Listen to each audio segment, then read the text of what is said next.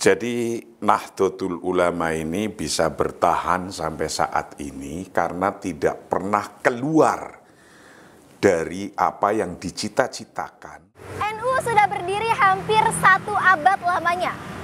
Tepatnya, organisasi yang didirikan oleh Kiai Hasyim Asy'ari ini sudah didirikan pada 31 Januari 1926 silam.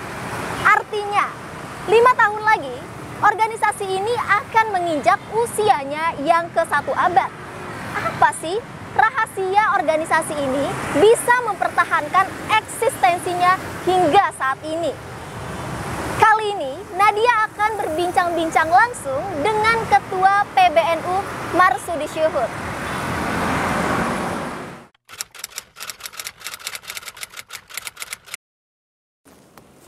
Jadi Nahdlatul Ulama ini bisa bertahan sampai saat ini karena tidak pernah keluar dari apa yang dicita-citakan dari awal mula berdirinya.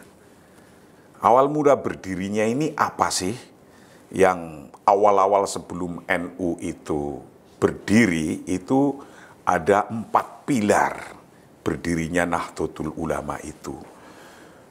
Yaitu pertama pilar Nahdlatul Wathon, nomor 2 pilar Taswirul Afkar, nomor 3 pilar Nahdlatul Tujar, nomor 4 pilar Komite Hijaz. Ini 4 pilar yang terus-menerus sampai sekarang kita laksanakan, kita jalankan sebagai organisasi sosial keagamaan, organisasi ngurusi sosial di bidang keagamaan, tapi di dalamnya mempunyai 4 pilar. Karena tahun 1914 sebelumnya NU itu berdiri pertama namanya Nahdlatul Wathon. Nahdlatul Wathon itu singkatan dari atau artinya adalah kebangkitan tanah dan air. Organisasi pendidikan dan dakwah yang menjadi cikal bakal organisasi NU ketika itu didirikan oleh pemuda namanya Kiai Haji Abdul Wahab Hasbullah dan Kiai Mas Mansur yang dibantu beberapa orang lainnya di Nahdlatul Wathon. Lembaga ini mendapat pengakuan badan hukum oleh Belanda pada tahun 1916. Itu awalnya. Ini adalah lembaga yang ngurusi pendidikan. Maka NU tidak pernah keluar dari ini. Sekarang pendidikan di NU itu sudah 26.664 pondok pesantren, ya, 147 sekolah tinggi dan universitas, 45.000 SD, SMP, SMA, MI, Sanawiyah, Aliyah. Sekitar 6 juta santri NU, 127 rumah sakit. Yang kedua adalah Taswirul Afkar, ini berdiri tahun 1918. Kalau bahasa kekiniannya ini adalah bursa gagasan gitu, kira-kira. Keterwakilan gagasan-gagasan anak muda yang nama resminya ketika itu adalah Suryo Sumirat Afdeling Taswirul Afkar di Surabaya oleh Kiai Ahmad Dahlan, pemimpin pesantren Kebon Dalem Surabaya bersama Kiai Mas Mansur, Kiai Abdul Wahab Hasbullah, dan Mangun. Tujuan utamanya menyediakan tempat bagi anak-anak muda mau belajar, kemudian mempunyai ide-ide gagasan. Lah ini terpelihara sampai sekarang. Gagasan-gagasan, pemikiran-pemikiran apa yang intinya adalah al-jam'u bainats tsabat wa tatawwur au bainal madzahib wan nizam. Bagaimana bisa gagasan-gagasan pemikiran ini bisa menyatukan antara ajaran-ajaran dari Allah, agama, dengan perkembangan zamannya. Disatukan. Negara butuh apa? Pemikiran sudah ada. Negara butuh model apa ketika didirikan sebuah negara? Kiai-kiai sudah siap. Negara menjadi negara watoniyah itu sebuah proses pemikiran. Terus negara demokrasi itu bisa diterima apa tidak? Itu pikiran-pikiran ini terus mengalir sampai hari ini. Pilar ketiga itu namanya Nahdlatul Tujar. Nahdlatul Tujar itu berdiri 1918 oleh Kiai Hadratus Syekh Hasyim Asy'ari, didirikan usaha perdagangan dalam bentuk koperasi, namanya dulu Syirkah Al-Ainan. Itu. Ini tidak lain adalah untuk bagaimana warga NU ini dalam ekonominya bisa berjalan, bisa maju, bisa bayar zakat, memberikan sodako, infak, wakaf. Mana mungkin orang bisa bayar zakat kalau ekonominya nggak maju? Mana mungkin bisa sodako kalau tidak punya harta benda? Mana mungkin tidak mau memberikan wakaf atau membesarkan organisasi kalau ekonominya nggak kurang maju lah. Dari dulu sampai sekarang NU terus mengadvokasi bagaimana di bawah kemiskinan harus naik. Ini intinya. Untuk bisa menjadi pembayar zakat atau bahkan kalau sekarang ya untuk bagaimana bisa membayar pajak yang tertinggi. Itu dari orang NU bagaimana. Itu tidak pernah lepas dari pilar ini. Nah, pilar yang keempat adalah Komite Hijaz. Komite Hijaz ini pertama kali dulu adalah sebelum bulan Januari 1926. Itu utusan ke luar negeri.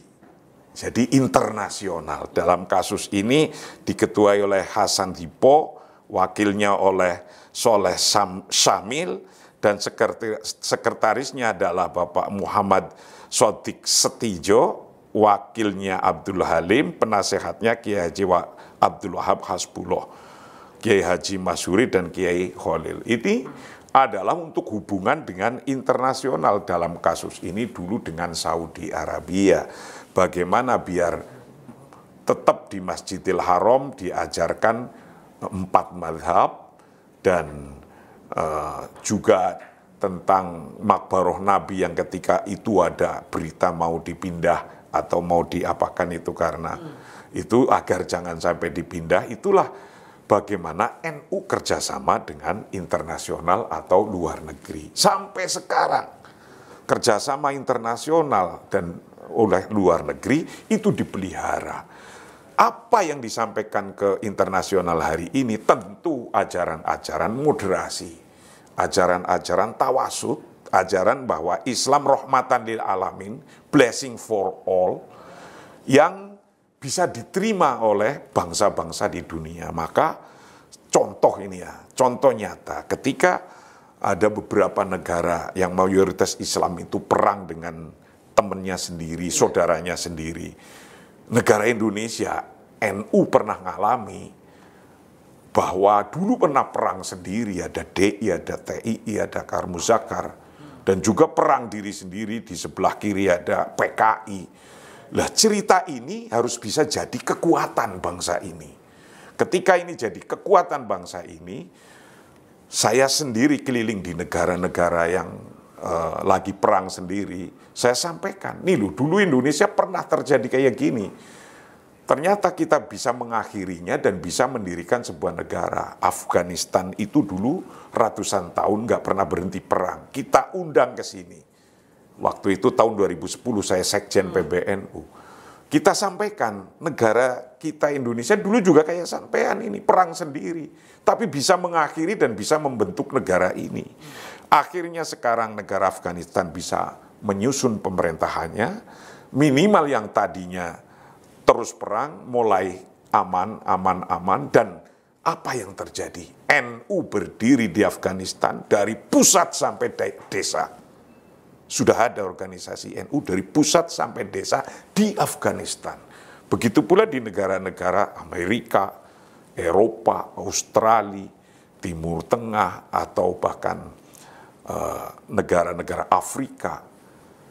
Ajaran doktrin-doktrin Ahlussunnah wal Jamaah NU ini yang bisa koeksisten dengan orang lain, dengan agama lain, dengan suku lain, dengan bangsa lain, bisa hidup bersama-sama. Ini kemudian kita ekspor pemikiran-pemikiran yang semacam ini dan diterima. Maka hampir seluruh negara NU sudah punya kantornya hari ini.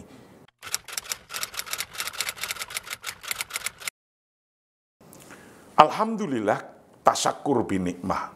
Kita bersyukur kepada Allah, karena kalau kita bersyukur akan ditambah terus nikmatnya. Eksistensinya akan lebih panjang, terus panjang, terus panjang. Karena apa? Kita bersyukur. Tapi intinya kita bisa bersyukur karena kita mau berbuat, mau melakukan sesuatu, mau membangun, mau ngikutin perubahan. Karena sesungguhnya hukum Islam pun itu mengikuti perubahan, yaitu mengikuti dzurufnya, keadaannya gimana, zamannya bagaimana, makannya, tempatnya bagaimana. Dzuruf, zaman, dan makan. Inilah sebuah perubahan yang oleh NU terus-menerus kita ikuti. Sehingga ketika nyampe di zaman digital semacam ini, tidak gagap dan gugup, karena NU juga menyiapkan untuk itu. NU menyiapkan kader-kadernya untuk belajar, tidak sekedar belajar di dalam negeri. Kita punya doktor yang banyak, ribuan hari ini, yang beraneka macam ragam background ilmunya. Kita punya profesor yang mempunyai aneka ragam ilmunya. Kita punya persatuan dokter, persatuan guru yang jumlahnya ribuan. Inilah sesungguhnya kekuatan NU, yang intinya bahwa bernegara sudah selesai bentuk-bentuknya, tinggal mengisi negara ini untuk kemajuan negara kita.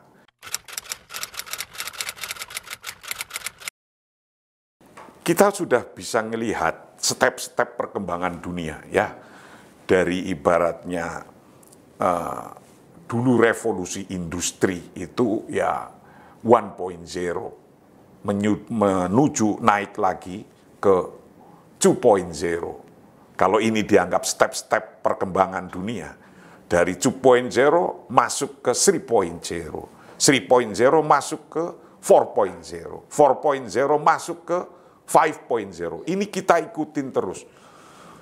Ketika ilmu itu berkembang, NU mengikuti perkembangan ilmu itu. Maka tidak hanya yang diajarkan hanya tauhid saja, akidah saja, syariah saja yang diajarkan oleh NU untuk umat-umat Nahdien. Tidak sekedar tauhid, syariah, akhlak, tapi juga ilmu. Ilmunya Allah itu diturunkan untuk hambanya, untuk kepentingan hambanya. Kalau hambanya ingin makan terpenuhi karena terus beludaknya penduduk di dunia, maka hukumnya fardu kifayah mempelajari varietas baru agar bisa memenuhi kebutuhannya. Kalau manusia ini sudah butuh baterai, butuh ilmu-ilmu teknologi, diajarkan ini.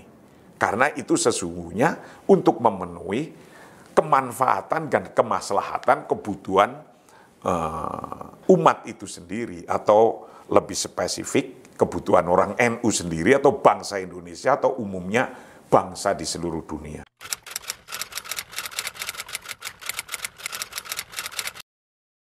Alhamdulillah ya, ini tidak pernah kita itu gap antara ormas-ormas terdahulu. Ingat, NU bersatu dalam konfederasi dulu namanya MIAI, Majelis Islam A'la Indonesia. Bagi NU keterlibatannya ini merupakan langkah pertama menuju dunia persatuan antara organisasi-organisasi. Itu zaman tahun 1937. Ketika sudah ada organisasi-organisasi, bagaimana disatukan? Tahun 1939, NU itu melalui Kiai Mahfud Siddiq dan Wahid Hasyim sebagai wakil NU terlibat dalam GAPI, Gabungan Politik Indonesia, itu dari beberapa organisasi yang kemudian hari ini pun, detik ini, kita bersatu. Ada namanya LPOI, Lembaga Persatuan Organisasi Islam. Bersatu dari organisasi yang berdiri sebelum merdeka sampai organisasi sekarang yang mau bersatu dengan kita untuk membangun bangsa. Loh, ingat, bukan untuk merobohkan atau mengganti atau untuk merongrong bangsa itu.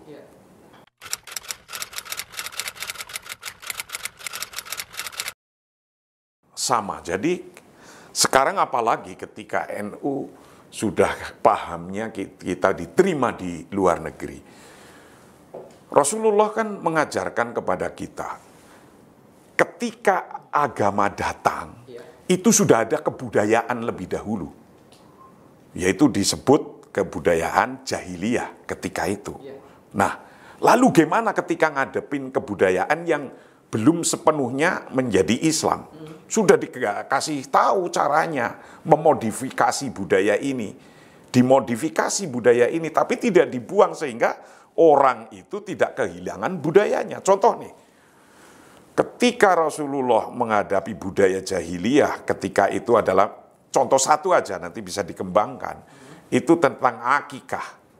Akikah itu adalah atau walimatut tasmiyah, memberikan nama kepada bayi. Ketika itu zaman jahiliyah itu kalau ada anak lahir dikasih nama, dipotongin kambing. Kemudian nanti setelah kambing dipotong, darahnya dioser-oserin di kepalanya. Itu masih jahiliyah. Ketika agama Islam itu datang, apa yang terjadi? Budayanya teruskan. Motong kambingnya teruskan. Walimatut tasmiyahnya teruskan. Tapi diarahkan, kalau laki-laki motong kambingnya 2, kalau perempuan 1. Nggak usah ketika dipotong itu, kepalanya dioser-oserin darahnya, nggak usah, diganti dengan minyak wangi. Begitu pula ketika Islam datang ke Indonesia, ini para kiai-kiai NU zaman dulu cerdas-cerdas. Ada budaya selamatan. Selamatan itu dulu paling satu nampan kecil ditaruh di pohon besar, ditaruh di batu besar, ditaruh di pojokan sawah. Oleh para kiai NU itu terusin. Tapi biar manfaat banyak, digedein itu makanannya dibanyakan, jajan pasar 7 warnanya dibanyakan, motong sapinya tetap, motong kambingnya tetap, diundang tetangganya, terus dibacain zikir, sholawat, zikir, jadilah tahlilan.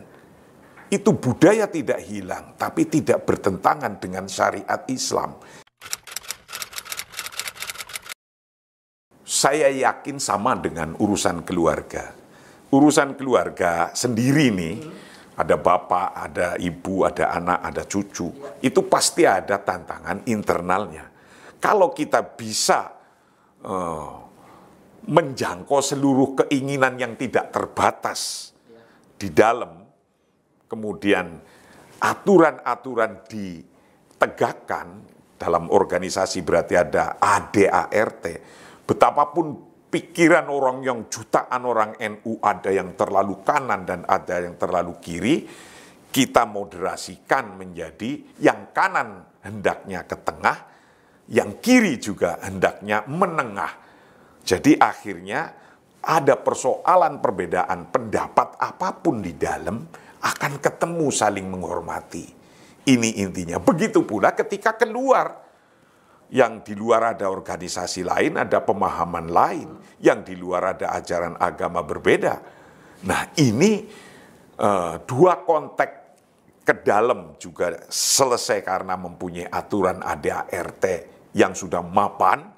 Betapapun berbeda, pasti akan larinya begitu. Begitu pula ketika keluar, pijakan-pijakan kita mau menyampaikan apa keluar itu, keputusan-keputusan Basul Masail tadi oleh NU untuk dasar kita keluar, itu akan sama antara satu orang NU di pojokan Jakarta dengan satu orang NU di pojokan di sana, di pinggiran ujung Berung sana. Itu sama, karena mempunyai sistem dan standar yang sama.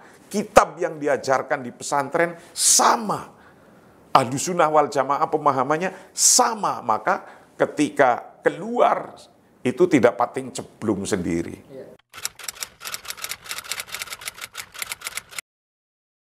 Sudah selesai.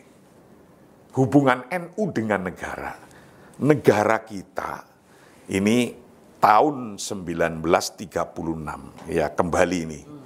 Tahun 1936 itu muktamar yang ke-11 di Banjarmasin, Kalimantan. NU menetapkan bahwa Indonesia yang saat itu masih dikuasai oleh pemerintah Belanda, coba, itu sudah ditentukan dulu bahwa nanti negara yang kita akan bikin sudah jelas hukumnya. Namanya apa? Darul Islam Darussalam. Negara damai. Ini tentukan dulu. Kenapa harus ditentukan Darussalam dulu? Agar antar umat Islam tidak berantem sendiri, tidak perang sendiri. Bahwa kita hukumnya sudah Darussalam, padahal ketika itu Belanda masih ada. Nah, dengan demikian maka di situ di Muktamar ke-11 tahun 1936 itu dasarnya nanti apa? Udah dipikirkan di situ. Ini belum tahun 36, belum merdeka kan? Merdekanya 45. Itu sudah dipikirkan. Terus presidennya siapa untuk pertama deklaratornya? Di situ udah dipikirkan. Ketemu namanya Bung Karno dan Hatta. Itu tahun 36. Sampai ke kiai-kiai ijtihad. Model negaranya kayak apa? Kiai punya konsep, Bung Karno punya konsep, yang lain punya konsep kan. Maka terus didiskusikan. Maka akhirnya ketemu negara Pancasila. Nah, negara Pancasila inilah negara muahadah watoniyah, negara kesepakatan bersama. Ketika sepakat berarti prosesnya pun sudah sesuai syariah. Apa? Wasyawirhum fil amri. Dengan musyawarah itulah perintah Allah. Perintah Allah bermusyawarah menjadikan sebuah negara yang negaranya berdasarkan Pancasila, yang sila-silanya tidak ada yang bertentangan dengan ajaran Islam. NU kan organisasi kader. Nah, banyak karena organisasi kader, intinya adalah al-hufadz alal waton, menjaga keberlangsungan negara yang didirikan oleh NU ini. Tentu organisasi lain ikut ya. NU pendiri republik. Maka NU akan sampai kapanpun akan al-hufadz alal waton ini. Hifdzul waton. Hubbul waton minal iman, ini sebuah jargonnya Hadratus Syekh Kiai Haji Hasyim Asy'ari. Bahwa cinta tanah air adalah bagian dari aman.